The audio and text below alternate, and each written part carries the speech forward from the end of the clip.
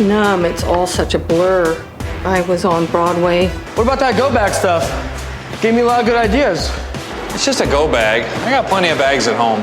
It's not just a bag, Mark. It's a mindset. It's about getting your mind ready. I just felt a flash, just like getting punched in the face. I was able to make it behind the narcotics officers, dodge Durango for cover.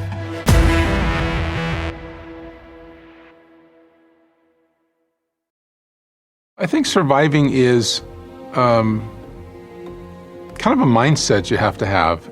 You have to understand not only after the incident, but going into the incident. And you don't know when the incident's going to be, so you always have to have a mindset that you're going to go home that night. I think there's different kinds of survival. I think there's surviving the moment. For example, when you're in the assault, when you're in the fight, you have to get through that mentally and physically, of course. But then there's also surviving in the long run. Just getting through the deadly assault is just the first piece. Afterward, you have to deal with all the psychological issues that may be attached. You have to deal with the career issues, the legal issues, and all the other things that are attached to surviving that type of incident. It's important that you survived. It's important that you're here and we're having this conversation because your training kicked in and because you know the right things to do. And so it's important not to let policy hinder your choices. Policy governs what you can and can't do. But when you're dealing with a deadly assault, it's important to deal with that situation and think about that situation and not worry about the down the road later whether or not you were exactly within policy. Surviving a deadly assault should be on the mind of every officer, since a deadly encounter can occur at any time. But surviving the actual assault goes beyond the act of surviving the incident. Hello, I'm Mark Bailey, and I'll be your host for this program. Our goal for this training is to help peace officers better understand the concepts that surround a deadly assault, so they're better equipped to handle such an incident when it occurs. We will cover a wide range of topics that are critical to survival before, during, and after an assault, including physical and mental training, physiological responses, the legal process following an incident, and thoughts about returning to the department. The main segments in this training include preparation, the Dorner incident, post-incident, recovery, life assessment, and final thoughts from our subject matter experts.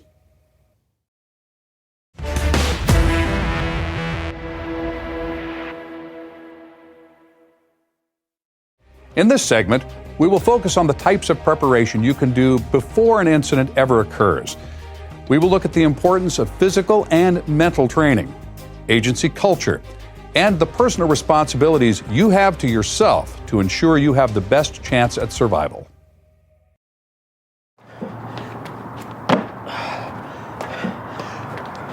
Seriously, Mark? You want anything lighter, like a pillow? You know, this ain't easy right here, okay? I need you to understand that. I'm working on technique.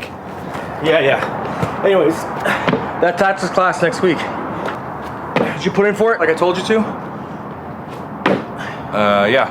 Yeah, I put in for it. I got it. Listen, Mark, it's really good training. It's realistic. We get to run and shoot things. How bad could that be? Well, the problem is it's on my day off. And if I'm on a day off, unless I'm working overtime, I like to have my days off. I get all that. I get it, really do. But at the end of the day, you and I have each other's backs. This class is just going to teach us how to do that the best way possible. It's really important to me. Okay, if it makes you happy, I'll go ahead and sign up, okay? Thank you. All right.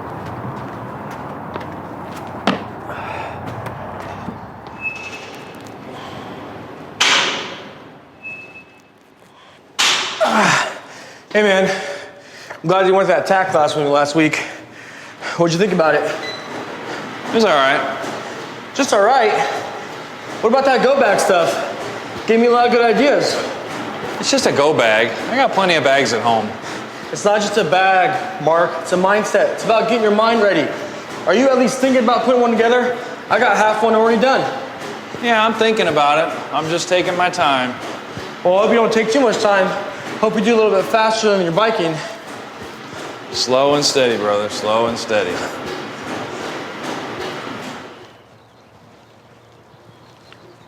Hey, Mark, check it out. Look what I got in the mail. My brand new double window punch. Wow, that's fancy. Can you vector in an aircraft with that thing? You know what it does, Mark. What it does for me today is completes my go bag. Speaking of which, how's yours coming? Oh, it's actually coming pretty well. I'm just about done. I'm just waiting to get my pink gloves in the mail. Always the sarcasm, Mark. Listen, you took the same class I did. At the end of the day, it's your decision. Make one or not. I know, look, I got it. I got to put one together. It's not that big of a deal. Besides, I know that if we get into a pinch, I can just use yours. Whatever, Mark.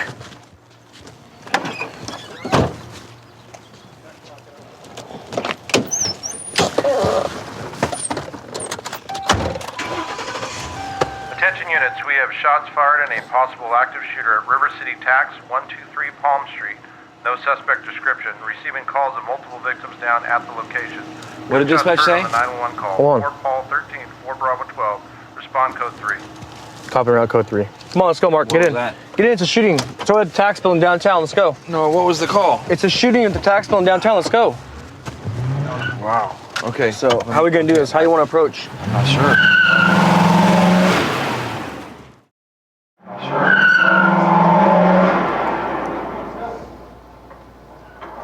So which one of these officers would you want to be?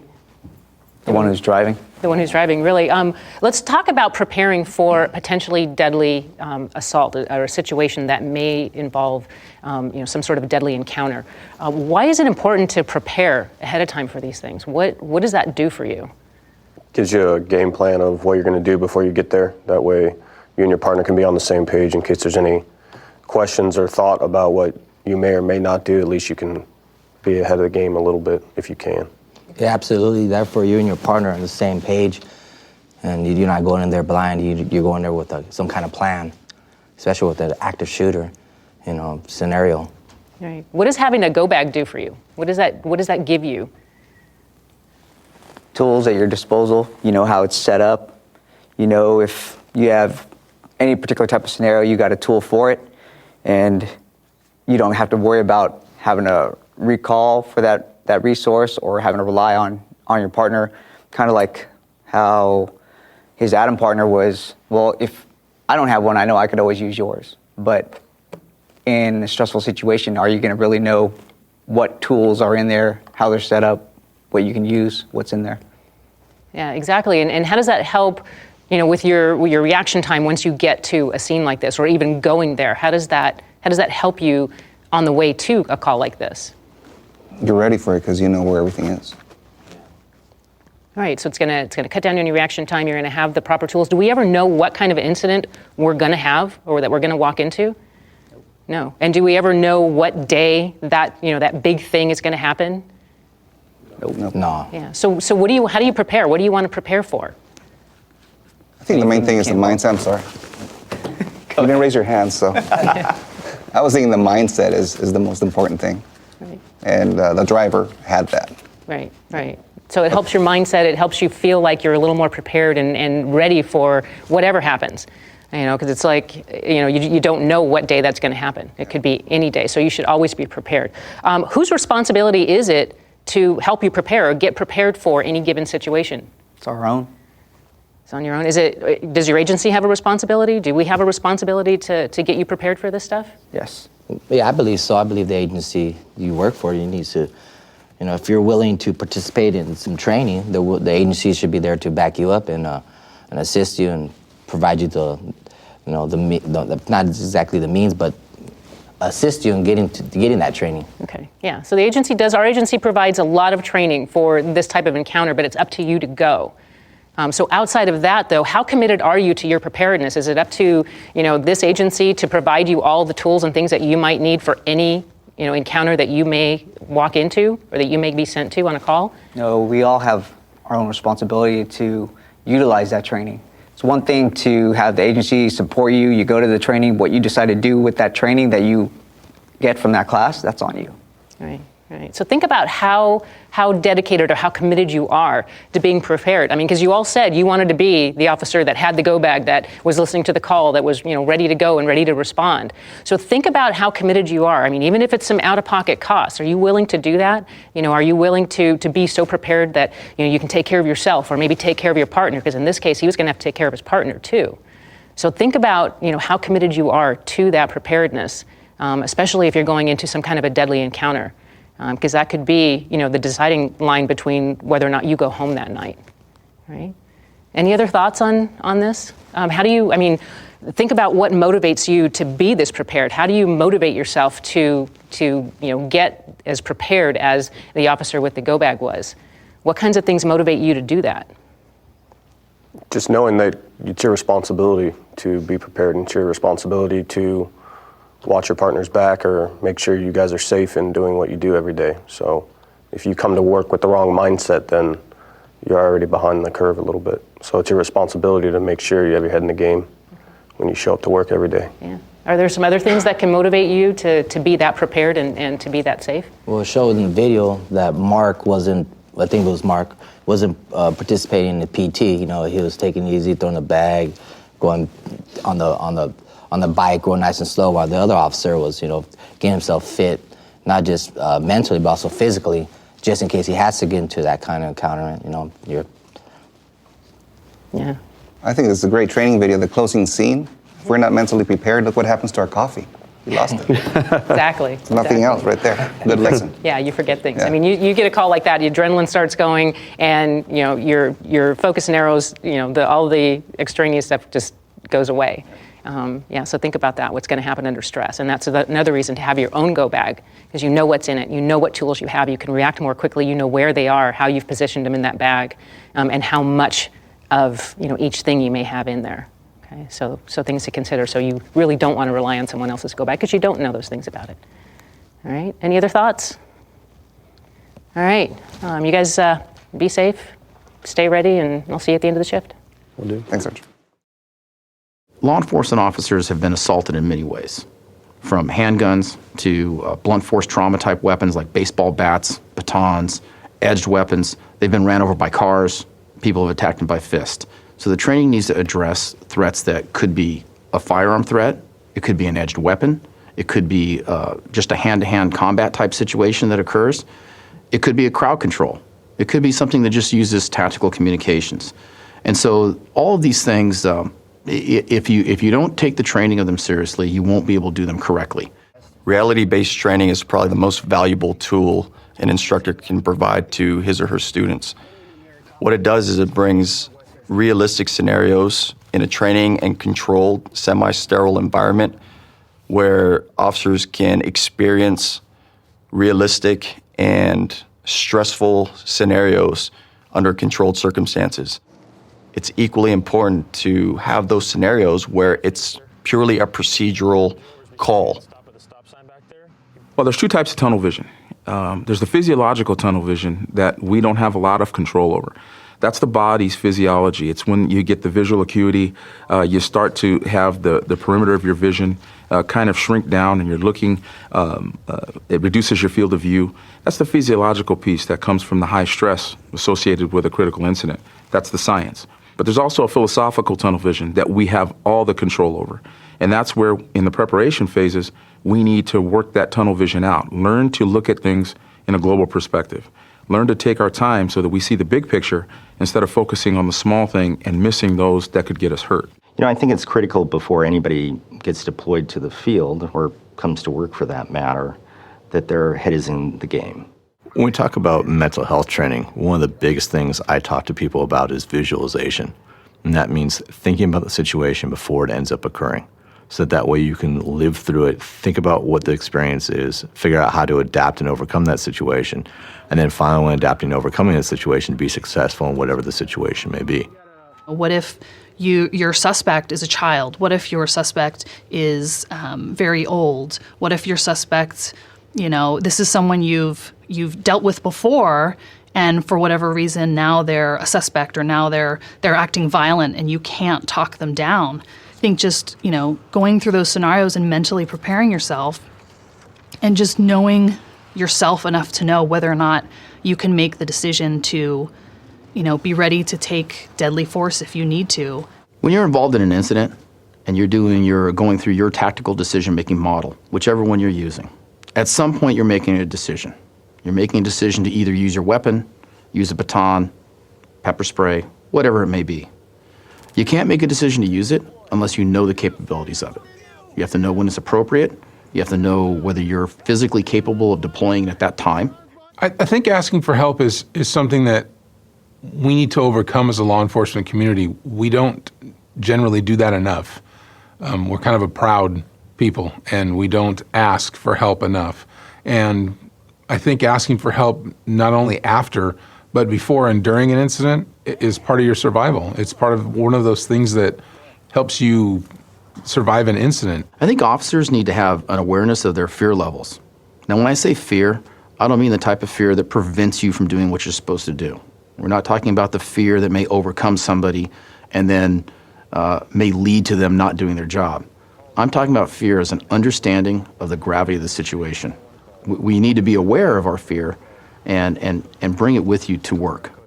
I think that in law enforcement, we get very used to, we go into work, we have our briefing, and then we end up going out and driving around looking for bad people to take to jail. When that's your job day in and day out, and then you combine that with mental fatigue, people get complacent in whatever it is that they do.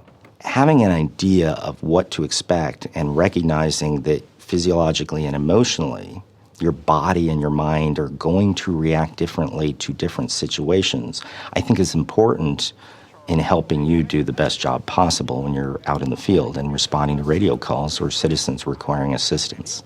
Sense making is tough sometimes. You have to be willing to take chances and you have to be willing to take risks because the information that you get is not always going to be accurate, it's not always going to be correct, but you have to trust yourself, you have to trust those around you, and you have to make the best decisions based off of the information that you have. Law enforcement is all about relationships. Whether you're a big agency or a small agency like mine, you have to do what it takes to build the relationships up front, because the last place you ever want to be is unprepared, and now you're in the middle of a critical incident and you don't have the resources that you need to be able to get through it, to get to recovery. I think that if you've trained properly and you have an understanding of what you're allowed to do from a legal perspective when it comes to using force, and you're proficient in all your techniques and equipment, and that you're ready to do the job, when the time to use force comes up, you can use your tactical decision-making, deploy your tactics and your force. You shouldn't worry too much or have any anxiety about what you're doing while you're doing it. One of the things I preach to law enforcement agencies is be aware of the lawsuits out there. They're going to happen if you do your job. Even if you do your job well, you still may get sued. Don't worry about it. And I like to tell them, don't ever, ever let your tactics be dictated by the fear of a lawsuit. Current case law is certainly having an impact on how officers behave out in the field. The case law coming down dictates that officers have to give warnings before they take certain action.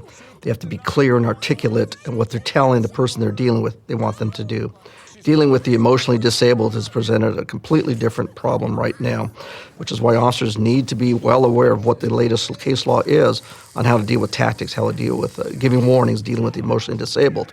Likewise, agencies also have to make sure that their processes stay in line with what the new case law is so that we recognize these issues and that the training is provided to these officers and to explain what could happen to them if they're involved in a critical incident. In report writing, it's so important to recreate the event for somebody so that they can have an understanding of what you were thinking when you had the event unfold and take place in front of you.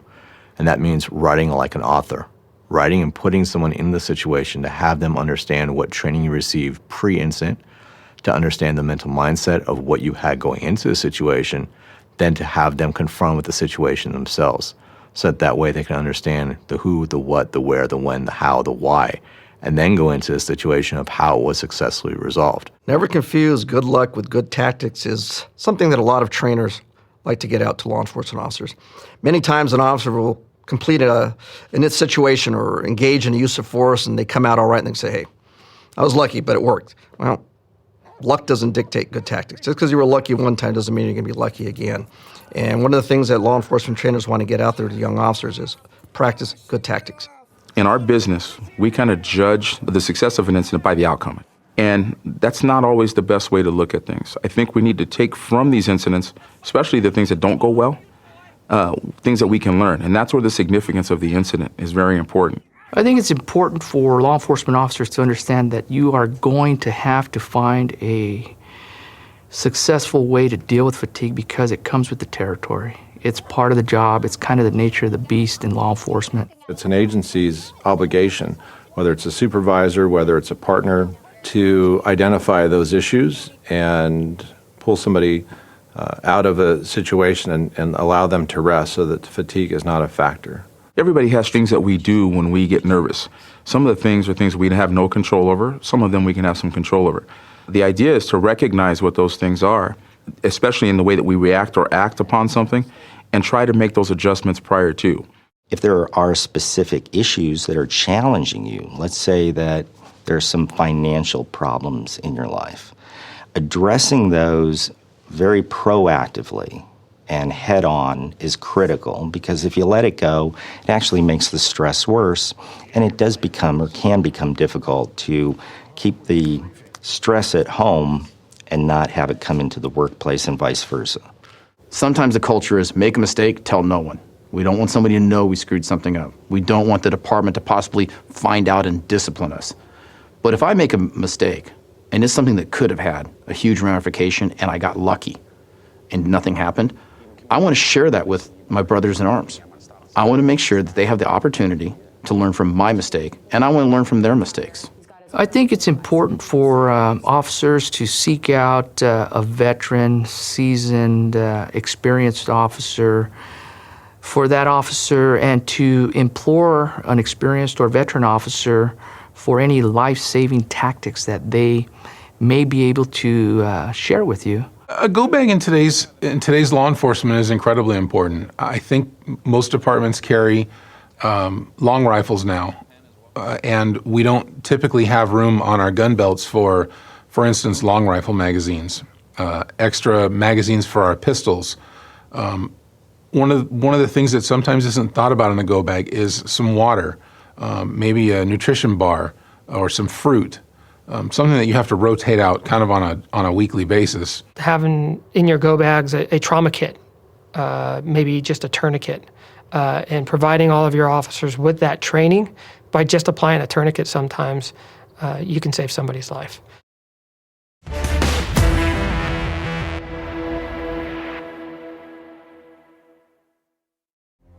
On February 3rd, 2013, Christopher Dorner became the focus of a manhunt in Southern California that ended 9 days later when he committed suicide in a mountain cabin in a standoff with law enforcement. In his rampage, Dorner left 4 people dead: Monica Kwan, her fiancé, Keith Lawrence, Riverside Police Officer Michael Crane, and San Bernardino County Deputy Jeremiah McKay. This program is dedicated to the memories of these 4 people. It is hoped that the following story about this incident serves as an example to all peace officers to never give up, no matter what the circumstances.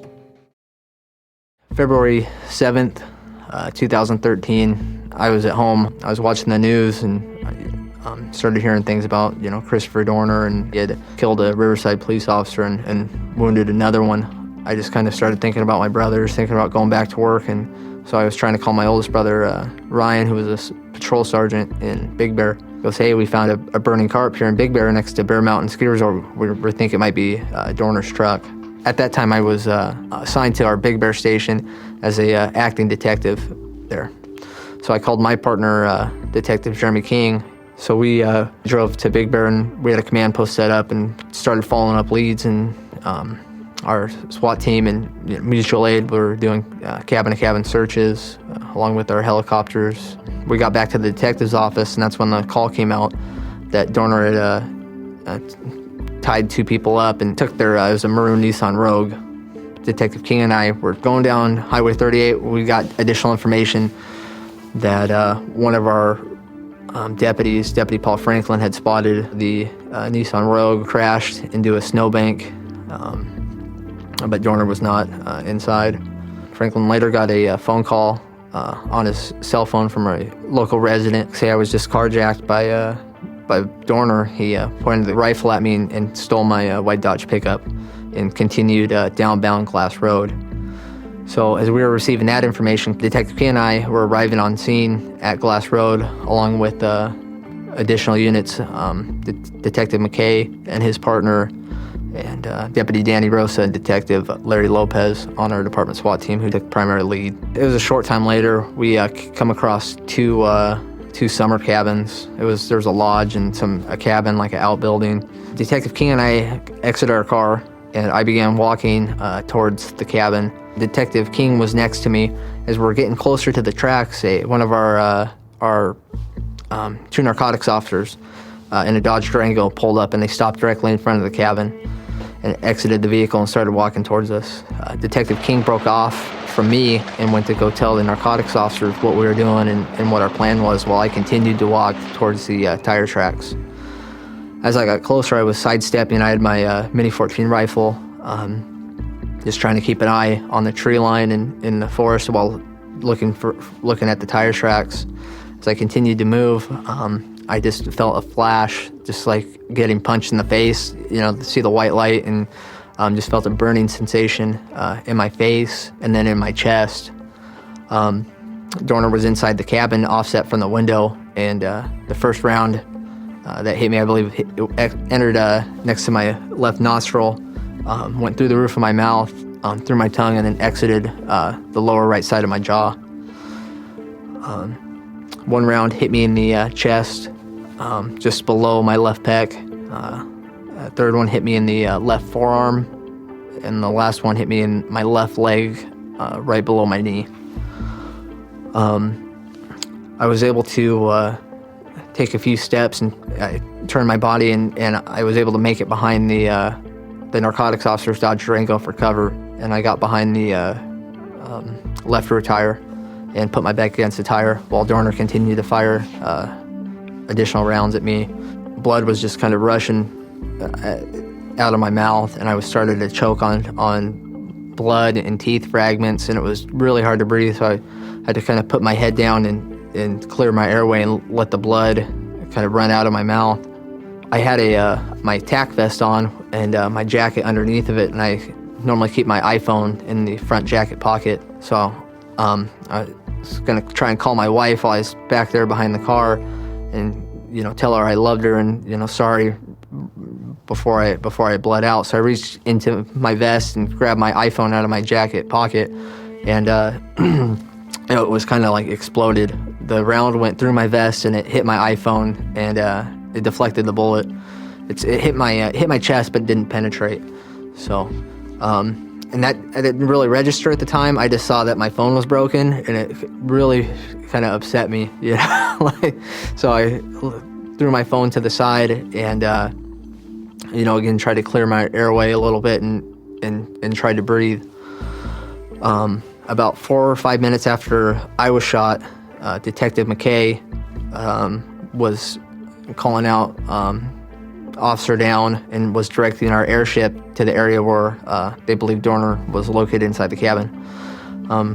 It's believed that McKay raised his head up over the front of the hood, and McKay was struck and mortally wounded. There was an attempt to get myself and McKay out by the two narcotics officers, which was failed. After they attempted to move the car with us, dragging us behind it, which didn't work, and it left me and McKay exposed in front of the cabin in the roadway. Deputy Danny Rosa and Detective Larry Lopez formulated a plan with Detective Justin Musella to throw smoke and use a smoke screen while laying down cover fire to get McKay and I out of the roadway. So we were dragged out of the roadway behind some vehicles and loaded up in the back of inside the cab of a pickup truck. Detective K and myself were put in the back and driven out to trying to find a landing zone. And I just remember just being in the back of the car, just kind of watching the blood running out of my nose, and it was going into a pair of boots. And I just remember the boots just kind of filling up with blood. And I remember thinking, whoever boots these are, like, they're gonna be pretty pissed when they go and put these on or see them. But they ended up being Danny Rosa's boots, the guy who saved me. So I still own a pair of boots. But we got to the landing zone. Our medic ship made it to the hospital. They wheeled us in, and I remember them start cutting off my vest and my boots. And our Sheriff John McMahon, he was there in the hospital in the emergency room right when they brought me in. He was already there. I met him, and he came over and was kind of holding my hand and telling me everything was going to be okay. And I told him I was sorry for what happened, but he said, what's there to be sorry about? You're going to be fine. So, and then they wheeled me out. and that woke up about a week later. And they wheeled me out, and that woke up about a week later. So what do you think about his mindset? What was it? What was his mindset? I think initially it was just survive long enough to make that phone call. Okay, and what was his mental process? What was he going through at that point when he was going to make that phone call? So I got to call my wife. That's it. What did he think? How did he feel? In his mind, he had one job left to do, and that was to make that phone call. And in my opinion, I think it's a good thing, obviously, that he didn't get to make that phone call, because if he had, his body would have said, all right, you've done your last job, this is enough, and then he may have bled out or lost consciousness and then ultimately bled out. But because he didn't get to make that phone call, anger kept him fighting instead of, okay, I got one job left to do and then I'm done. Yeah, he thought he was done already. And then, like you just said, what changed his attitude? What happened? What did he start feeling after he saw that phone? He's upset. Yeah. Yeah, he was upset. He was angry. And what did that help him do? What did that do for his? Saved his life. Yeah. He How did it? refocused. Right. The situation. Exactly. Because when we get angry, we start focusing on what? What's making us? On surviving and what else? What's pissing us off? Exactly. So his focus immediately went to that destroyed phone, and that helped pull him out of that sinking feeling he had that he was done with this incident, and it saved his life. So what about his partners? What were they thinking? What did they do? Because they're in just as much, they're having just as much of a stressful time as he is. Him more so because he's now been shot and he's bleeding and he thinks he's done. But what are his partners' responses? What did they start doing? Coming up with a plan to ultimately get him out, save him. Yeah. What did they do? Come up with a plan, get their resources together. They laid down some smoke to give them a little bit of concealment. Some cover fire. And we're able to pull them out. If you end up in a situation like this where you're the one that's been shot, what does your mindset need to be? What do you need to think about? Don't quit. Stay in the fight. Yeah, exactly. Never give up. Never give up. Okay? He was shot 4 times. And at one point, it seemed like he had given up, and then he refocused. So if you go into these situations, with that mindset of, if something like this does happen, I'm not going to give up. I'm not going to stop moving. He didn't stop moving. He stayed aware of a situation. He knew he had to get cover. He kept moving forward. So how can you prepare yourself to have that kind of a mental attitude where, even though you're shot, even though you're injured, whatever the situation is, how do you keep moving forward? How do you plan for something like that? Practice officer rescues. Okay. Just hypothetical worst case scenarios. Okay. What if this happens? And not even so much an extensive thing like the search for Dorner, but on any call, just debriefing after an incident. Hey, what could we have done better? Hey, what if this happened? What could we have done? Okay. What would you have done? So learn from others' experience. Absolutely. Learn from running scenarios, realistic scenarios in training. Right. Anything else? And just knowing that giving up is never an option. Exactly. Giving up is never an option. So for you to personally put yourself in that position, put yourself into that mental situation where you're not going to give up, doing what ifs ahead of time. Is there anything else that you can think of that would help you, planning ahead of time before the situation happens? When you have the opportunity to participate in stress inoculated training, really involve yourself. Don't just take it as another training day. I'm just going to go through whatever scenarios we have, do the debrief, and then put it aside. Really involve yourself in that training, and without having actually gone through something realistically in the field, that's the closest thing that you're going to get. If you get into a situation like this and you are injured or you've been shot or you're injured in some other way, have a plan to think about those things. Think about them constantly so that they pop into your mind immediately. Because what does that help you do? What did being angry do in this situation? Survive. Yeah. Right. So that's your survival tool. You've got to get that stress level up. You've got to get angry about something or get focused on something to keep moving forward. Think about those motivations. Be angry that you may not be able to go home, or put yourself in a position to want to go home and be driven to go home, because that's going to save your life. Yeah. And the things that will go through your mind, I mean, you have no idea until they happen. But when you're under that kind of stress and you're feeling that kind of pain, or you're bleeding the way he was bleeding in this situation, some of the silliest things will come into your mind, but they may save your life. I mean, be aware, obviously, that you've got the severity of your injuries, that you have some severe injuries, but keep pushing forward. Do the things that you need to do to keep yourselves alive in these situations. All right, you guys be safe, stay ready, and I will see you at the end of the shift. Alex's story is very encouraging.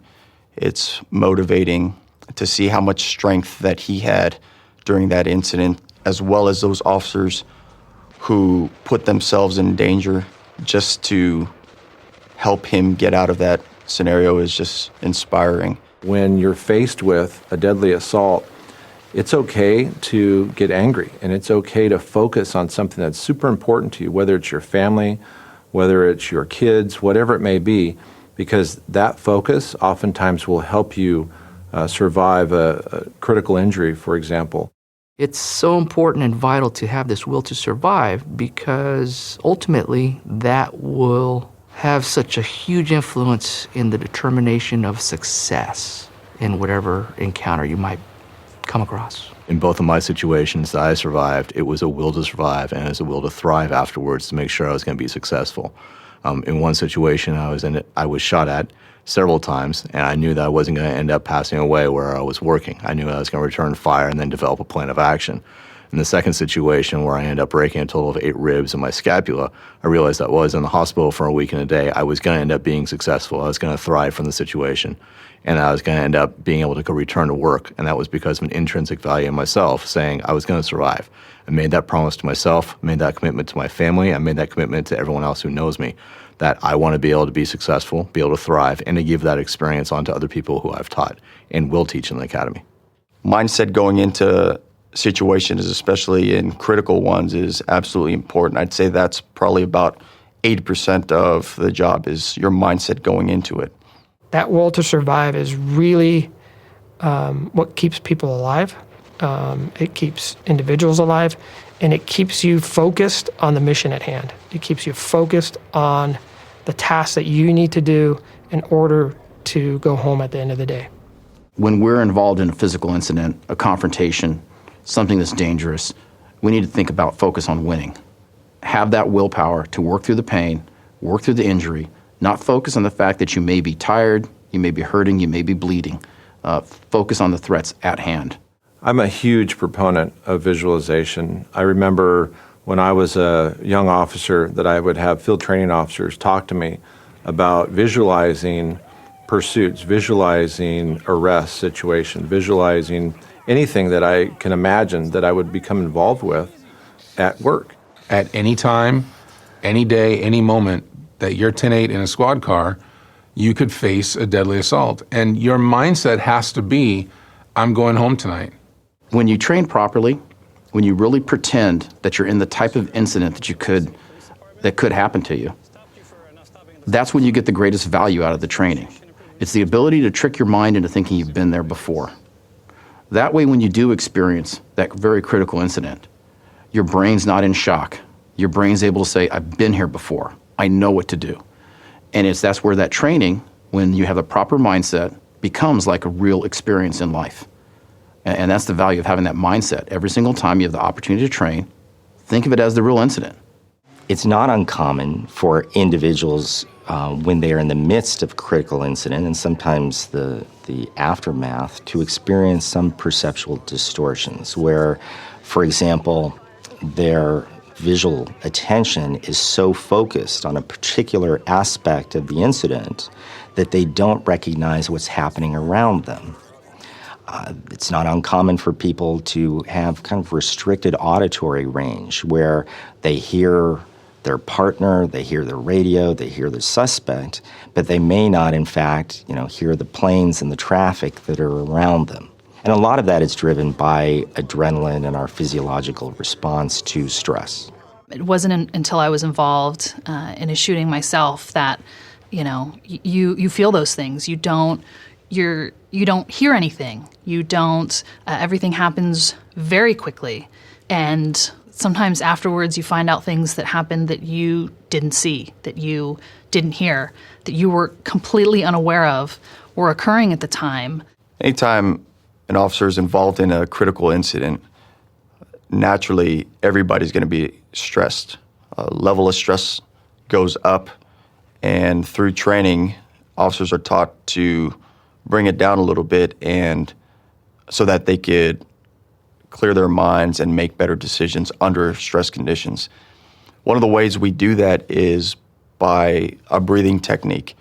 The idea behind that type of breathing is to be able to slow your heart down to a level where a person can operate without having those physiological effects that the body has under stress take over. We tend to get what's known as tunnel vision, where we focus on that one thing that can hurt or injure or kill us, and we forget that there may be other things out in our field of vision as well, i.e. more suspects, more individuals with weapons, but we tend to focus on the first one, and the body will tunnel in on that particular one, and we have to remember to take a step back, take a deep breath, and look around and make sure that you're seeing everything in your field of vision.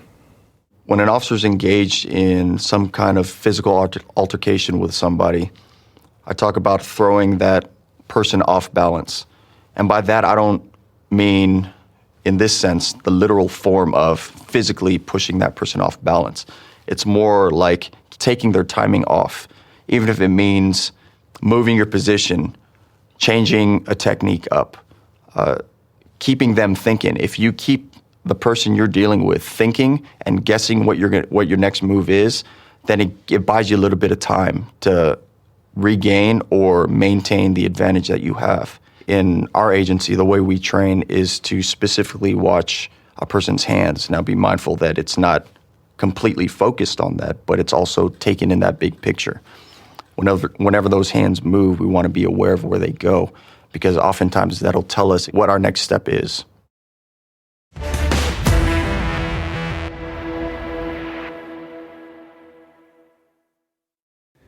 The hours, days, weeks, even months that follow a deadly assault can be a very stressful time.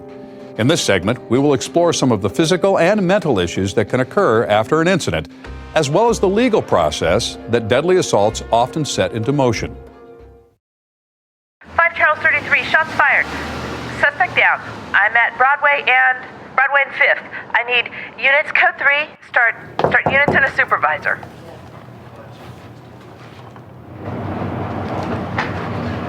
Kathy, I brought you some water. Oh, thanks, Sarge. I appreciate that. We sent the chaplain to your house so let your husband know what's going on. Oh, I appreciate that. I'm sure he's freaking out. Probably, but he's tough. He married you. Yeah, he sure did.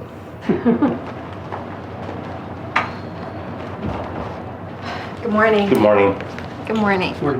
Good morning, Kathy. Good morning. Gentlemen, would you excuse us for a moment, please? Yes, sir. Kathy, I'll be right outside. Thanks so okay? much. I'm not going anywhere. Thank you. See you in a minute.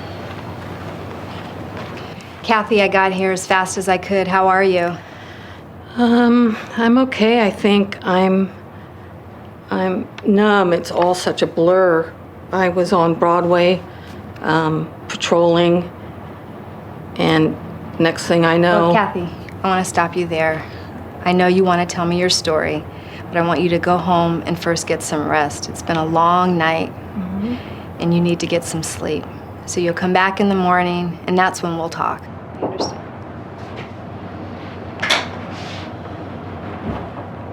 Hi, Angela. Hi. How are you? Good morning. Nice to see you. Kathy, I heard what happened. You hanging in there? So far. Okay, here's some literature. I want you to take this home. It describes services that are available through the department that are available to you and your husband if you want to. Thank you very much. I'll definitely look these over. You're welcome. You do a great job for us, and we want to do a great job for you. So if there's anything you need from me, please let me know. Thank you. I appreciate that. There's an officer that will take you home when you're ready, and so just let him know up front. Okay. All right. Thanks. Good night. Night. Have you had a chance to talk to your husband yet? Oh, no, not at all. That's pretty much what happened, and then I came back here and waited for you. Wow, Kathy, that's quite a story. I'm glad you're all right. Me too. What happens now? It's a long process. Several departments will have an opportunity to ask you questions. In the past, each department would be able to conduct separate interviews, but we're trying to streamline that process so that you only have to sit for one interview. Mm-hmm. It should be less stressful for you because you'll only have to tell your story once. That sounds great. Yeah, it's a good process. Hey, Greg. Nice to see you again. Good to see you. Thank you. Officer, nice to meet you. You too. And, before we get started, mostly a formality here, I assume that your attorney has made you aware of your Liebarger and Miranda rights? Yes, she has. Okay, good. And you understood them? Yes. Okay, how have you been doing so far? I'm better today. Well, I think that went well, Kathy. Oh, good. I'm glad. What's the next step at this point? Well, you had this one interview, so that's it in terms of interviews, and then at this point, you and I will meet at another Angela, time. Kathy, how'd it go in there? I think it went okay, Captain. Good, good. I had an OIS when I was on patrol, and the department really supported me then, and I want you to know we're here for you, and we're going to support you as well. Thank you. I appreciate that, Captain. I want you to go home and get some rest, and that's an order. Okay, I'm on it. Thank you. Take care. Thank you, Captain. Bye-bye.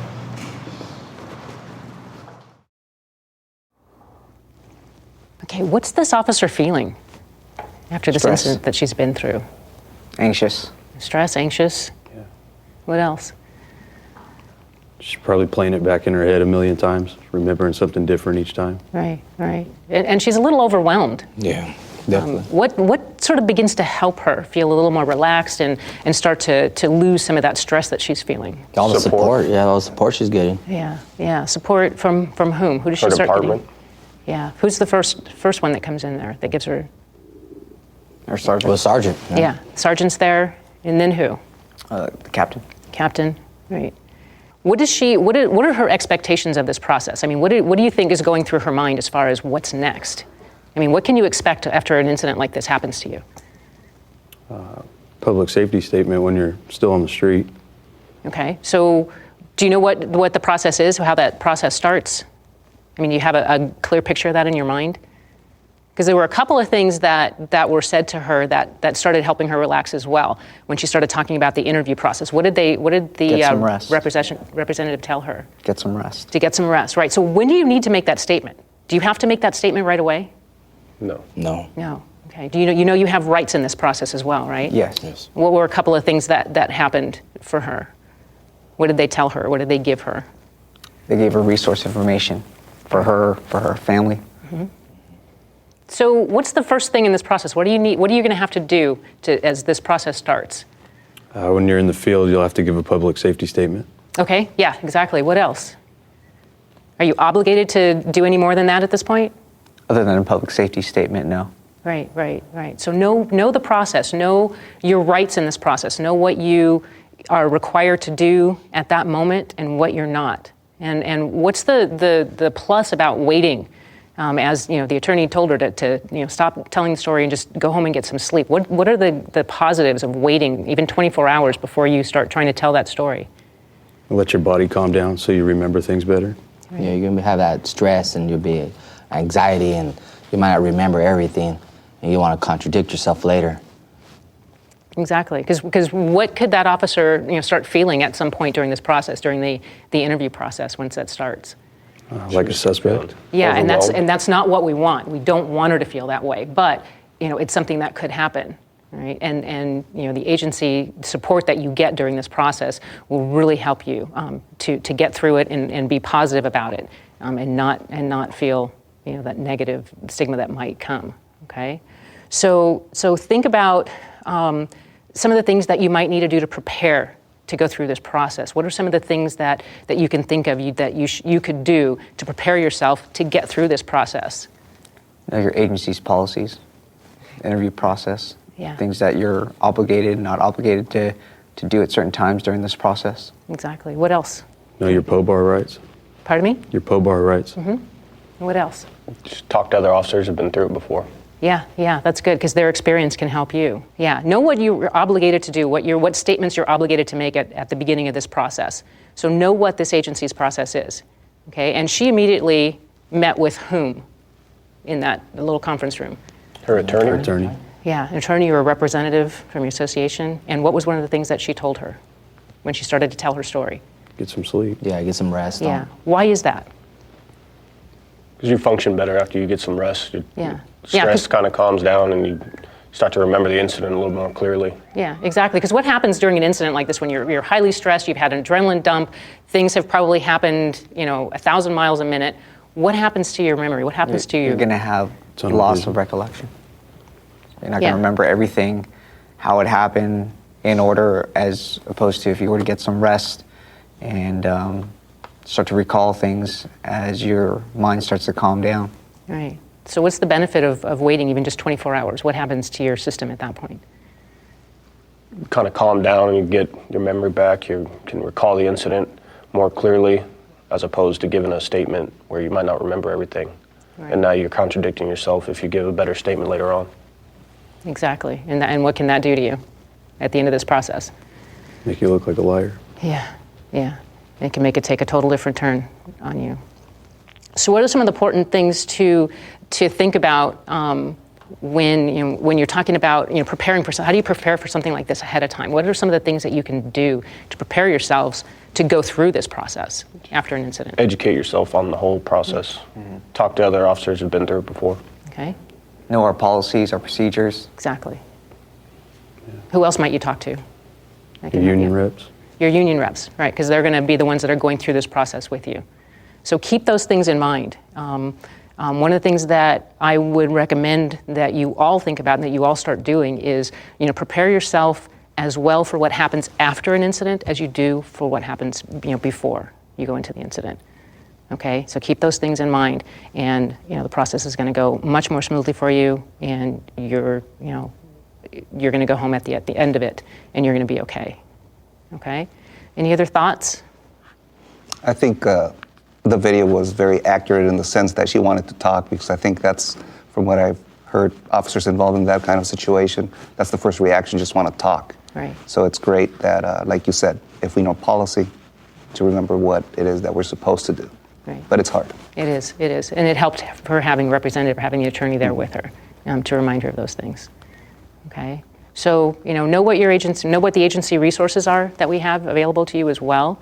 Use them; they will come in handy, and they will help you get through the aftermath of this as you go through the process, and as you sort of come off of that adrenaline high from that incident, and second guessing yourself and things like that. So look to those resources. Look for those as well in your preparation for this process, if it ever happens. Okay? Any other thoughts? All right, you guys be safe. Stay ready, and I'll see you at the end of the shift. Thanks, Sarge. Well, some of the most common symptoms that are experienced after a critical incident, such as a shooting, would be sleeplessness, headaches, nightmares, hypervigilance, not being able to get the incident or scenes from the incident out of your head, playing over and over, where they start to sort of interfere, change in eating habits, sleeping disorders where you're not sleeping enough or sleeping too much. Depression can set in after a critical incident. A lot of anxiety can show up. And these are normal reactions to being exposed to a traumatic event. Although after about 4 weeks, if those symptoms don't subside, and you're having trouble getting back to sort of your normal functioning or normal routine, then it could be a problem. And some of those post-traumatic stress symptoms can turn into a disorder. Post-incident, you're going to have what's known as an adrenaline dump. Your body is just, when your body finally perceives that there's no more danger and that you can relax, your body is going to dump all of that adrenaline that it's put into your system to keep you alive, it's going to leave your body, and it's pretty much going to leave it all at once. You're going to be tired. You're going to sleep for an extended period of time. You're probably going to be a little irritable and grouchy, and that's okay, and that's acceptable. And you need to understand that these are the things that are going to happen to you, and it's normal. Adjusting to your life post critical incident, post deadly assault is a new normal, and you can get back to life as it was. I've talked about thriving and moving forward and growing yourself. But for example, I've been involved in several critical incidents. Back in '98, I was shot, and I know exactly when that occurred, how it occurred. I remember every specific detail, and it's always going to be there, and that's my new normal. I think in years gone by, when an officer is involved in a critical incident and they're being interviewed by homicide investigators or internal affairs investigators, I got the sense that the officers would be treating almost like you're a suspect, and we're going to treat you the same way. We're going to interview in this cold, impersonal type of interview room where we interview all our suspects, and we're going to treat you as one. That hasn't worked out very well over the years, and I'm seeing this trend where we need to treat our personnel as human beings who've been involved in a critical incident. I think for officers, just being prepared for the fact that everyone's going to second guess them and everyone's going to have an opinion about what they do, but they were really the only one that was there. And maybe their partner or whoever else was there with them is, you were the one that was there and you lived it. And as long as you know you did the right thing, you kind of have to tune out all the other noise. And these things can often add an extra amount of stress or pressure to an officer who, was, in their mind doing their job and they were doing the right thing. It's somewhat commonplace for officers to find themselves returning to the field and noticing that there are certain things in their environment which trigger a reaction in them.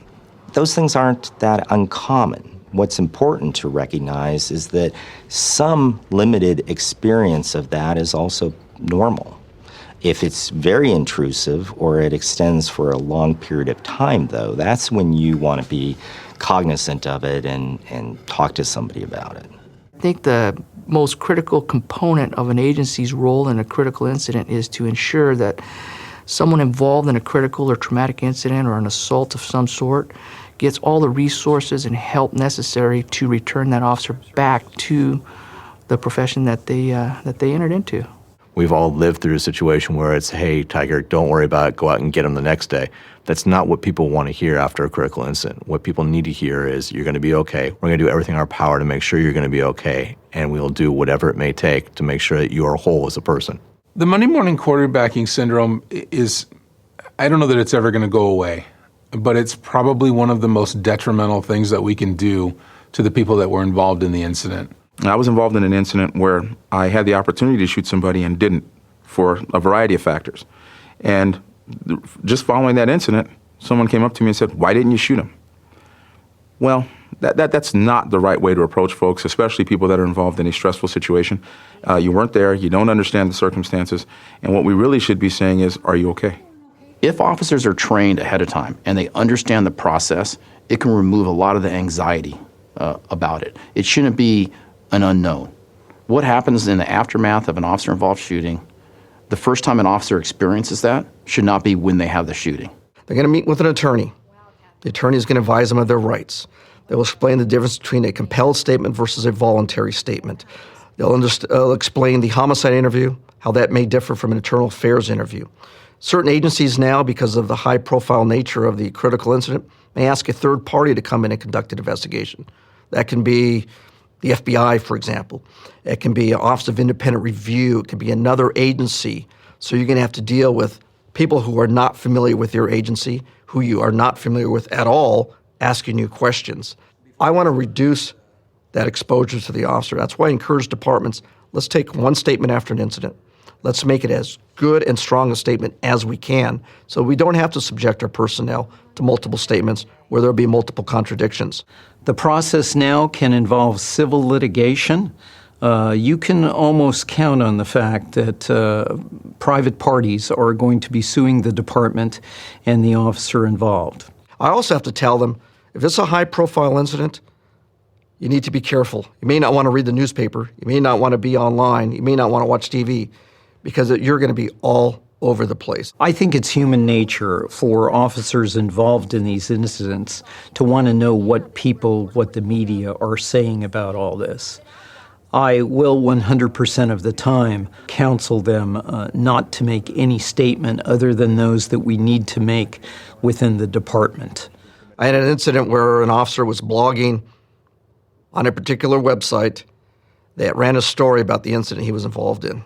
He used a different name, but his story was out there and he made some comments that he should not have. It came back later and haunted him. They need to stay off the ability to give any kind of story out there. The department will speak for them. Their attorney will speak for them. And I think officers, when they're involved in a critical incident, there's a lot of negative publicity. They want someone to stand up and say, this is our side of the story. Our officers did a great job. Here's the weapon that was involved. Here's the 911 call that came in requesting our assistance. So we need to do a better job of dealing with the media. I believe it should be part of an officer's training before he gets into these situations, perhaps even in the academy, to tell him he is to assume in this day and age that there is going to be video or there is going to be audio or there is going to be both of the actions that actually take place. Be careful what you put on your social media, on your Facebook, on your Twitter account, because people are going to look at that, particularly if you're involved in a critical incident, your name is known out in the media, people are going to be looking for you. They're going to see what you've posted, what others may have posted about you. What pictures do you have up there that can be used against you? We have people who get tattoos that reference a critical incident or a shooting. If you're putting a tattoo because you've been involved in a shooting and you survived it, that is not going to go over well with a particular jury if they ever find out that you have that tattoo. And if you have punitive damages assessed against you at the close of a civil case because jurors are upset that you have a tattoo that glorifies the use of deadly force or in some way is offensive in relation to your position as a law enforcement officer, your agency is not going to pay those punitive damages for you. The vast majority of agencies, it may be all of them in California, actually require that an individual who's involved in an OIS or most critical incidents actually speak to a mental health professional about the incident. Basically get a professional debriefing from that person.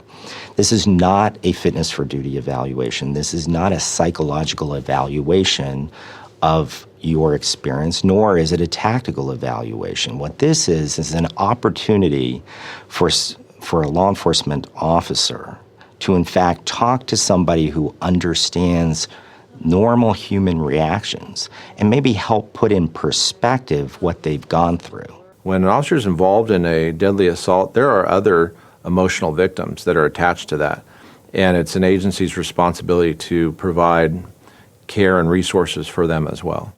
When anybody's involved in anything that's traumatic, they have certain survival mechanisms. And sometimes they may be questioning what they did.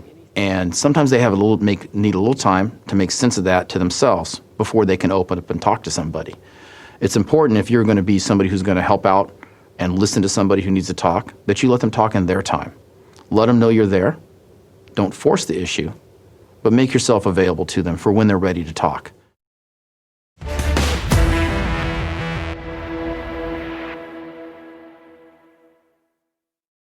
Injuries that follow a deadly assault are not always just physical. Often, mental challenges arise that create more issues than any physical injuries. In the case of Alex Collins, his recovery from being shot during the Dorner incident centered on his mindset, a critical component to surviving any deadly assault. In this section, we will look at the importance of mindset, as well as other ways you can combat physical and mental stresses following a deadly incident. But I was in the hospital in the ICU for about a month, just kind of doing more surgeries, cutting out some dead tissue, and I had an external fixator on my leg, which has the metal pins from my upper thigh all the way down to my foot. I was moved from the ICU to a rehab hospital at Loma Linda off campus for a week. They said to make sure I could kind of get out of bed and get to the toilet. I was in a wheelchair, but I was able to move around enough where I wasn't bedridden. They were gonna let me come home. After those short recovery from the surgeries, I started having their rehab was coming to my house 2 to 3 days a week, and that was another extent of working out with elastic bands and just kind of doing whatever they said. But that's kind of how it's been this entire process. Just kind of, okay, I'm going to do whatever they tell me to do and give it everything I have. And I think that's one of the main reasons too why I was able to recover. Is prior to the shooting, I was probably in the best physical shape I've been in, and I was able. I mean, it was a long road of recovery. I had a lot of problems with my leg injury, and our doctors, they weren't sure if I was ever gonna walk again. So they had to figure out how they were gonna fix my leg, and that was another thing dealing with is, hey, all I ever wanted to be was a cop, and I'm 26 years old. What else? What am I gonna do now? And how's this gonna affect the rest of my life? But I didn't. I just kind of did whatever they told me to do, and they said they were gonna try their best and try and get me back to work. So I trusted them. The mental hurdles, yeah, it was difficult, but I wanted to get back to work, and that was my main focus, not just for me, but for my family and my coworkers and stuff. I had so much support from my family and the department and even the community, but I wanted them to not have to worry about me. I know my older brothers, they worry about me so much, and I just wanted to go, okay, I'm back at work, I'm okay, like let's try and move on as best we can. I worked with Detective McKay in Big Bear as my firearms instructor in the academy, and I know how much he loved being a cop and how much he loved doing the job, and that was something I want to go back. I want to go back for him because that's what he would have done. That's what he would have wanted, and I'm not. This guy affected so many people's lives. I'm not gonna let him take this away from me too. I'm gonna go back and do what I want to do. So that was the driving force kind of behind the whole recovery and giving it my all instead of just kind of laying in bed and feeling sorry for myself or whatever. And there's so many people that have affected my life from my own department who have gone through worse things and took the time to come and talk to me, and officers who taught the will to survive and go, hey, I made it, you can too. We made it back to work, and we'll help you through this, and just kind of led by example of. And I was kind of tell myself, okay, these guys did this, they went through that, which was a lot worse than what I went through, and they're doing okay. They're back to work, and my goals now that I'm back is maybe repay as much as I can, and get the memory of McKay, let people know what he did and the kind of deputy he was, and that we don't forget about him, and all the officers that were involved in this, and Officer Crane, who lost his life also, and also the officers who taught me the will to survive. Maybe I can have that effect on another recruit or a deputy or officer, someone going through the academy. Maybe I can affect their lives like those officers did for me.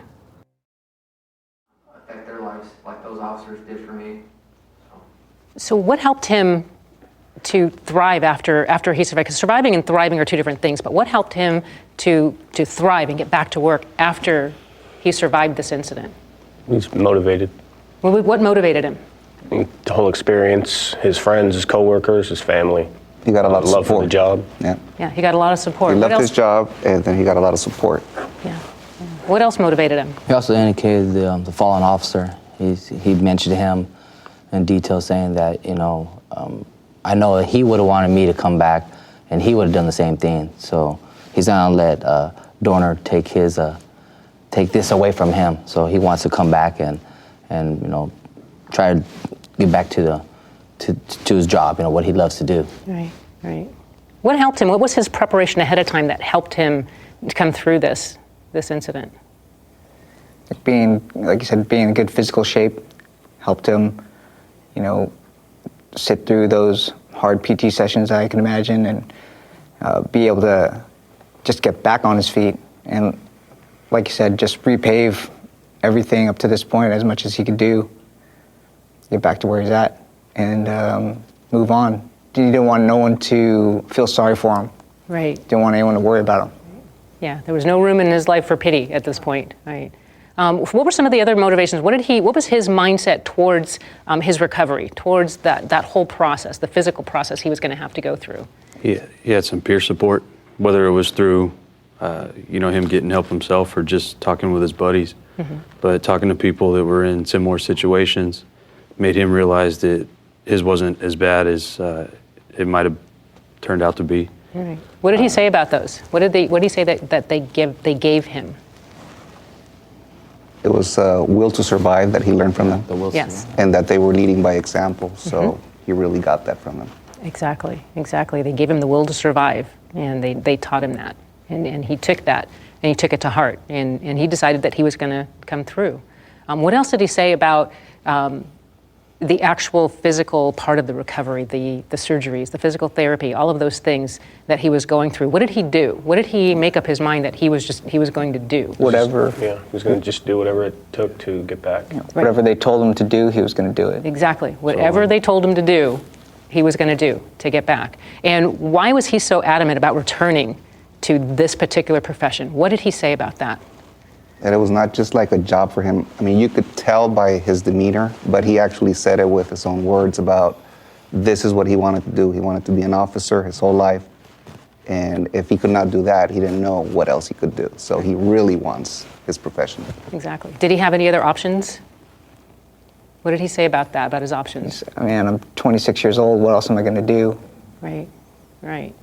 So this was it for him, and he was bound and determined to get back and come back 100%. And some of the motivations that pushed him through this and pushed him through the worst parts of this, like you said, the will to survive, the stories of other people that he said had been through worse than him, all of that, the motivations, thinking about his family, thinking about coming back to the profession that he loved because it was always what he wanted to do. Those are the things that motivated him back. So think about the things that motivate you. If you were in a situation like this and you had a long recovery, ahead of you, what kinds of things are going to motivate you to push through this and to thrive after a situation like this, after you've survived a shooting or a stabbing or whatever the situation is? What are some of the things that are going to motivate you to come back through this? And how can you prepare for some of those things ahead of time? What can you think about? I think stories just like this, seeing that someone's been through a real hardship and had persevered through it. And along with all the other things that he's had, peer support, thoughts of his family, honoring his fallen brothers. So what did he have sort of at his disposal? What kinds of things were there to help him get what he needed? His department just supported him the whole way through. Right. So he had some good resources. The agency helped him. So, what are some of the things that you can think about, before an incident like this happens to you? What can you do to prepare yourself? What do you need to know going into something like this? What resources are available if something were to happen, not only for you, but also for your family. Or if something were to happen to your buddy, what you can do, help them out. Hey, this is what we have available for you. Don't worry about anything because this is what the department's going to do for you. Okay, good. Yeah, know what resources are available to you. Know what is going to come into play that's going to help you get through this. And if this agency doesn't have all the resources that you need, think about other things that you might need, whether it's, mental resources, whether it's other physical resources, and, try to make those relationships ahead of time. Find out where you can get the specific things that you might need, because you can have that stuff ahead of time so that all you have to do is make a phone call or go to some place that you need to go. Okay. Any other thoughts on this? Like you said, he's not only a survivor, he's thriving also after his incident. And I think going through everything he has gone through gave him even a bigger purpose now, like you said, to help others, not only the community, but others within his agency and other agencies. Exactly. So that's great. He's already doing that, I think. Yeah, that's huge. And now, is recovery always going to go this well? Is recovery going to be the same for everyone? No. Yeah, what might some of the outcomes be? You may not be able to go back to work. Right, yeah. At least not in full capacity. May be able to return to something, right? So know what your options are. Know what resources are available. Have a backup plan. What if you don't get to come back and be 100% in the job that you want to do in this particular profession? Sometimes that's difficult. So, think about what other options you might have. Okay, and know the resources that are available to you. And the most important thing for a recovery process like this is to actually use those resources. A lot of times, cops don't want the help. They don't think they need the help. Okay, but use the resources. That's what they're there for. That's what they're there to help you to thrive after you survive a situation like this. So keep those things in mind. All right, you guys stay safe, be ready, and I will see you at the end of the shift. His determination to get back to work and to not give up not only on himself, but his brothers and his partners and his family is unsurpassed by anybody I've ever met. It's important for the officer that was involved to take control over their recovery and understand that there's going to be a process involved emotionally, physically, mentally. And if you take control of that and accept the help that is out there, you can move forward and you can heal and you can thrive through life. I think it's deadly for officers to isolate. It's lethal because we have easy accessibility to weapons. And when officers isolate, they push people away from them. And so it's important to immediately get them within a few days together after an incident so that they, not to tactically debrief the incident, but to do psychological debriefing where they can offer supports, educate them about post-trauma stress, normalize the reactions that they may have had during the incident and after the incident, and also hook them up with the proper resources. Depending upon the nature of a critical incident, it may be possible that your agency will facilitate a group debriefing. A group debriefing allows individuals with somewhat shared experience in the critical incident to come together and basically share their reactions to the incident in a safe environment, which is facilitated by a mental health expert. What often happens is that people come to recognize that what they may have thought was an odd, unusual, unnatural, emotional, cognitive reaction is commonplace. You should always be planning for recovery before an incident ever occurs, both as an agency, but both as a person. Do the things that you need to do so that you know that you can recover. We do a good job of the immediate recovery following an incident. We put officers off. We get them the opportunities to go see psychologists. We make opportunities for them immediately following the incident. The part that we need to do a better job on is looking further down the road and understanding the long-term recovery that folks are going to go through once they've been involved in a critical incident, especially a deadly assault. We have to understand that sometimes these things build up and take months, if not years, where they can have the adverse effect on an individual, and we need to recognize that and make sure we're making those resources available to them long-term. When it comes to mentors, especially in the law enforcement community, it's important that officers who have the experiences, and I'm not just talking about officers who've been on for years and years. I'm talking about officers who've either been in critical incidents or received more training than your average officer. Those officers need to take those experiences or that training and spread it to other officers who don't have that. And in a sense, mentor those officers who lack that experience or training. Because the ultimate goal for all of us as a law enforcement community is to make sure that we can provide a service for our communities, but at the same time, keep each other safe in the process. And the only way we could do that is to spread this kind of knowledge throughout our law enforcement community. Well, it's important to know what resources are available. We do have sworn chaplains, police chaplains that are a great resource for officers involved in incidents. And we also have a group of clinicians that are culturally competent and trained in police issues. We call them police specialty providers. I think it's important for agencies to look into that resource to find clinicians that are not only committed to dealing with law enforcement and their families, but that are specifically trained in this culture, because it is a culture in and of itself. We do have the West Coast Post-Trauma Retreat that many of our officers attend. It's a 5-day residential retreat in Marin County, and it is confidential. The officers can be detailed to the treatment center, and it's for first responders, and it's usually for officers or paramedics, military now are attending, who have been through critical incidents or who are stuck either after an incident or making, having trouble getting through the incident, and where the incident may be affecting their home life. So the treatment center is a great resource for our officers. Sometimes officers want to rush to get back to work, and as an agency, you need to make sure that the officer's ready. And sometimes, although the officer may believe that they're ready, you still have to do your evaluation to make sure that that's true. But you want to make the decision so that it doesn't create more trauma for the officer if you don't allow that officer to come back to work right away.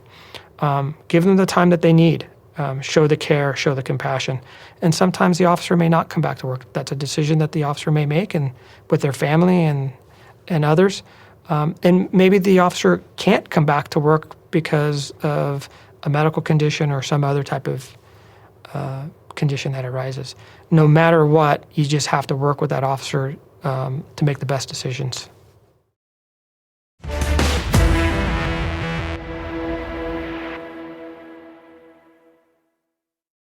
The effect a deadly assault has on someone is something only that person can know.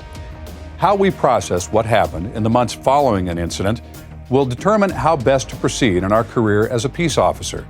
In this segment, we will look at how moving past a deadly assault is a personal decision, and that whatever the outcome, the choice is not about right or wrong, but rather what's best for you and your family.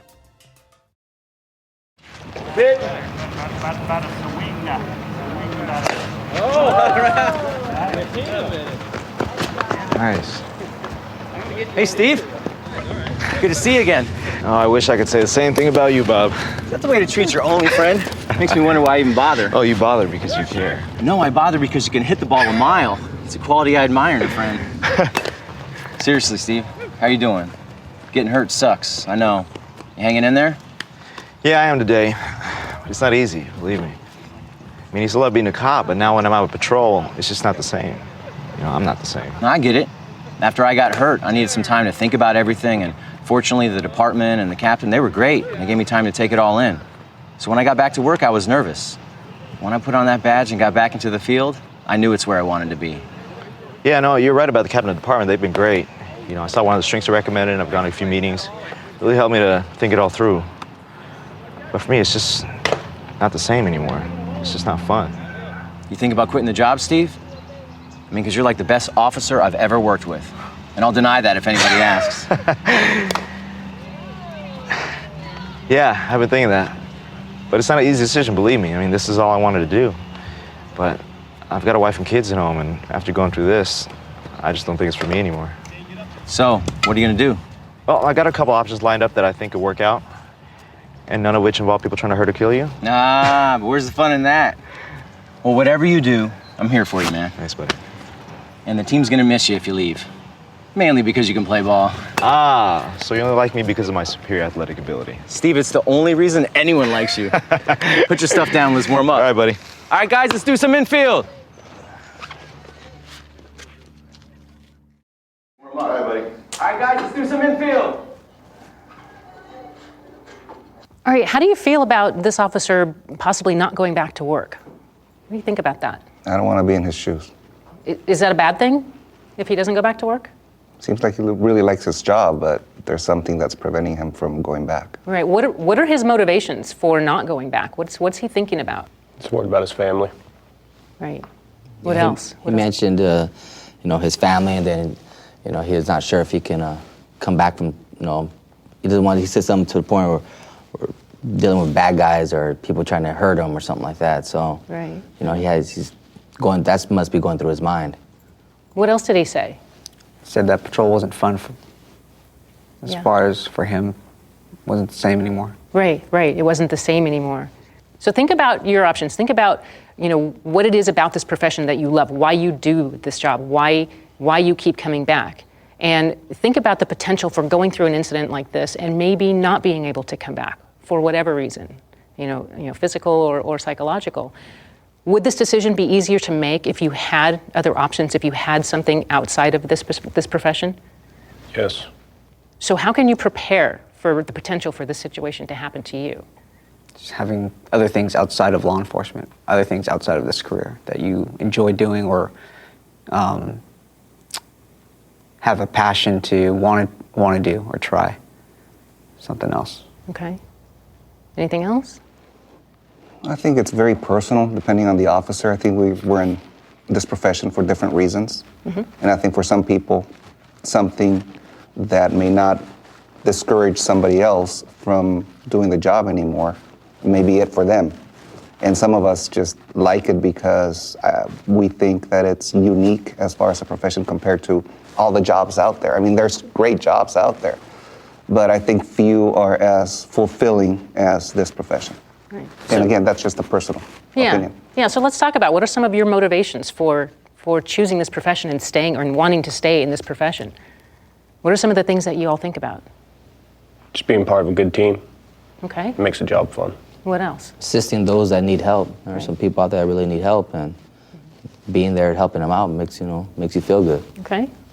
What else? Just being there, like he's saying, just being there for one another. These guys are going to go out there and do it. I'm going to go out there and do it too. Help them out. They're going to help me out. Right. So, and again, kind of turning back to what happens if you can't do this job anymore? What happens if you can't return to this profession that you all want to be in? What are some of the things that you can do now to prepare for, to think about, life outside of this profession or even, a different aspect of it? Just having a plan, educating yourself on what's available to you, on what you can do if you couldn't come back to work. Maybe talk to other officers that are in the same position as you, didn't return back to work because of an injury or personal reasons, and see what they're doing. Okay. Talk to your family as well. Yeah, that's huge. Huge. Talk to your family. So the biggest thing is to have something else, have a life outside of this profession. Because, there may be a situation where you may not be able to return to it in the same capacity. So think about that, okay? And think about, being more than just the badge, okay? Any other thoughts? I think we need to look into the our department in itself, and see how it can help us in case of a transition to another type of job or profession. Right. And the most important thing is in making that decision, you shouldn't choose to stay, just because you feel obligated, to the agency or to your friends. Now, it's not a bad thing to choose not to return to work. So just remember that. It's not a bad thing. Either you can or you can't. So keep those things in mind and look at your options and have a backup plan. Okay? And look to things outside that you may be able to turn to. Okay? All right, you guys stay safe, be ready, and I'll see you at the end of the shift. All right, Sarge. When we talk about someone making a conscientious decision to stop working in law enforcement, it's so important to have a plan before you get in law enforcement and then while you're in law enforcement to have an exit strategy, to understand that at some point or another I won't be able to or I won't want to work in this line of work. And that means having something else outside of work, whether that's another job, being a teacher, working at a university, or whether or not that means you also decide I'm going to play golf for the rest of my life. Obviously, there are a lot of things to consider. But the main thing, at least for me specifically, is that officer identifies first what he or she needs, what's best for them in their life, whether it's to stay within the department or if it's better mentally and physically for them to leave, then I'm in full support of that. The main thing is making sure that regardless of which direction that officer decides to go, is that they've thought it out and they've actively sought out and took advantage of the resources that the department has to provide for that officer's recovery. Law enforcement is a family, and the thought of having to leave that family and not be a part of that anymore can be extremely stressful and extremely scary. However, there's nothing wrong with a life assessment. It's important. It's actually a healthy part of the healing process when you're involved in a critical incident, a deadly assault, and understanding whether or not you have the ability physically, have the ability emotionally and mentally to come back to work, come back to the streets and succeed at that level back in law enforcement. And it's okay to make that decision that, you know what, I don't want to do this anymore. I don't feel it. I don't maybe I'm physically, I don't think that I can work at the same level. I think the officer that decides to press on in his career needs to, every now and then, make a constant and consistent reassessment of why he's doing the job and remind themselves oftentimes why they got into the profession in the first place. Because after several years of routine and day in and day out law enforcement work, sometimes that original motive to join law enforcement can get lost. So a lot of times when they do this reassessment and re-examine why they got into the profession in the first place, this oftentimes can actually spark maybe a flagging enthusiasm, maybe a flagging dedication or commitment to their safety, to their job, to their profession. I think if that's right for that individual, then that's absolutely right. I would rather someone retire and not be on the job and be happy and healthy and comfortable than continue to do the job and be miserable. That's not safe for them. That's not safe for their partners. That's not healthy for them. No one wants to live a life like that. If ultimately your decision is to leave the job, there's no shame in that. You left for reasons that are only yours, and only you can make that decision for your life and for your family's life. And if that's the decision that's best for you and your family, then that's the best decision. I'm Mark Bailey, and on behalf of the Commission on Peace Officer Standards and Training, we would like to thank you for participating. I encourage you now to take a moment to listen to the final thoughts on surviving deadly assaults from our subject matter experts. This course is designed to be facilitated in a group setting. Before conducting a group training session, you should review and become familiar with the material in this program. Open and print the facilitator guide and go through the program yourself before putting the course on for others. As the facilitator, your job is to engage your students in constructive, free-flowing discussion on the key learning points of this training topic. Use the tools provided in this program to stimulate critical thinking and situational awareness in the group by viewing the scenarios, expert interviews, and discussion videos. Questions and activities are provided to promote group interaction and discussion on the training topic. Customize the learning experience by applying your agency policy and procedures to the training concepts. Segments in this program accommodate shorter training periods, such as during roll call training sessions. Track your students' progress through the entire program. As the facilitator, you need to know that your students have gone through the material and sufficiently mastered the learning objectives. Once the students have successfully completed the program, submit your training roster to post for CPT credit. Following this plan will help to create an environment for the debate of ideas, sharing of wisdom based on experience, and encourage a greater understanding of local policies and procedures. We wish you and your agency all the best in successfully implementing this program.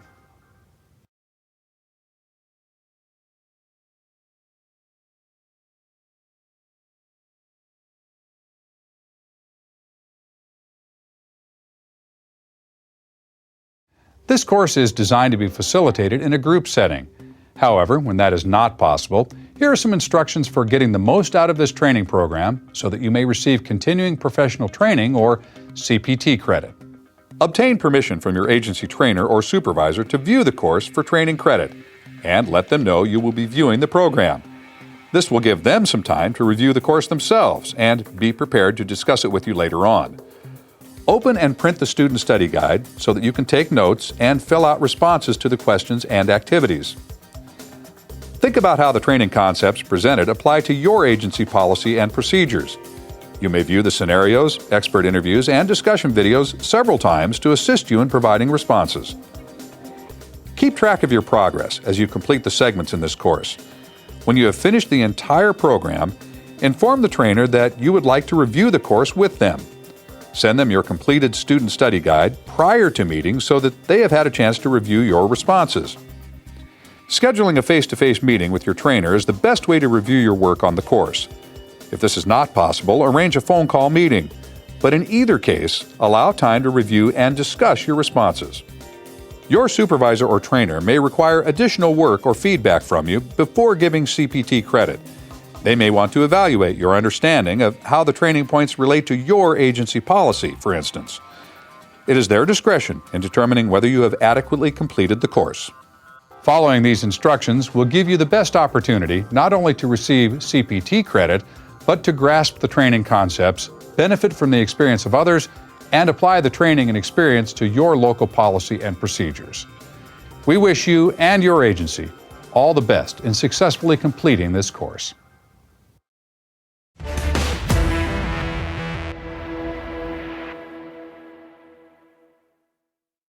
I think that when we talk about a critical situation or a critical incident, one of the biggest things I want people to take away from it is that you need to know yourself, A, how to be successful in the situation, and make sure you're going to thrive and survive after it. I think the other thing we need to think about is, why is it that you're in this line of work? What is it that motivates you every day to get in that patrol car or to get into that facility to make sure that you are going to go home at the end of your day? And that means having a plan of action, saying, I want to go home to my family, my loved ones, whatever it is that thrives and moves you in your life. And when it comes to critical incidents, especially when it comes to a life-threatening situation, never give up. Do not give up. That pain that you feel at that moment seems like it's never going to go away, but understand that that's temporary. It might take some time, but that eventually goes away. But should you give up, then that's the end of it. Don't even have that as an option in your heads. Drive on, get past it, and survive that incident. Never give up, ever. Your survival is your mindset. If you have the mindset that you're going to survive and you have that will to survive and you're not willing to give up for whatever reason, you'll come out of this on the other side. In reference to LEOCA statistics nationally, many people don't realize that California ranks number 2 in the nation for officers killed in the line of duty. And so it's important for officers to realize that there's a lot of danger in the cities that we work. And it's important for them to prepare themselves for a deadly assault.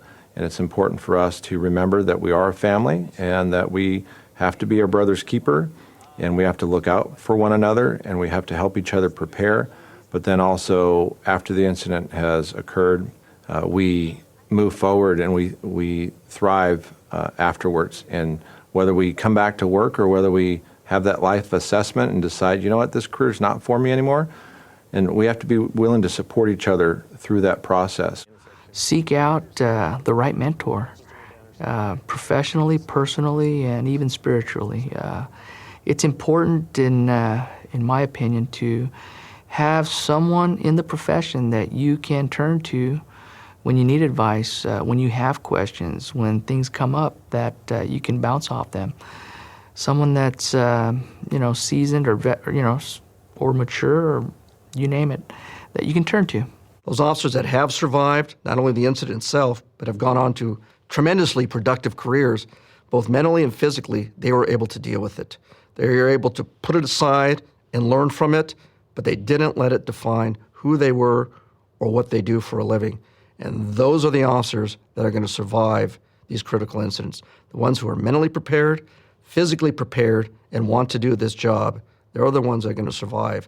I spent a lot of time with my officers, counseling them, talking about the incident. And one of the things I always ask them is, where are you in your education? Oh, I have an AA. I'm working on it. I always tell them, finish your degree.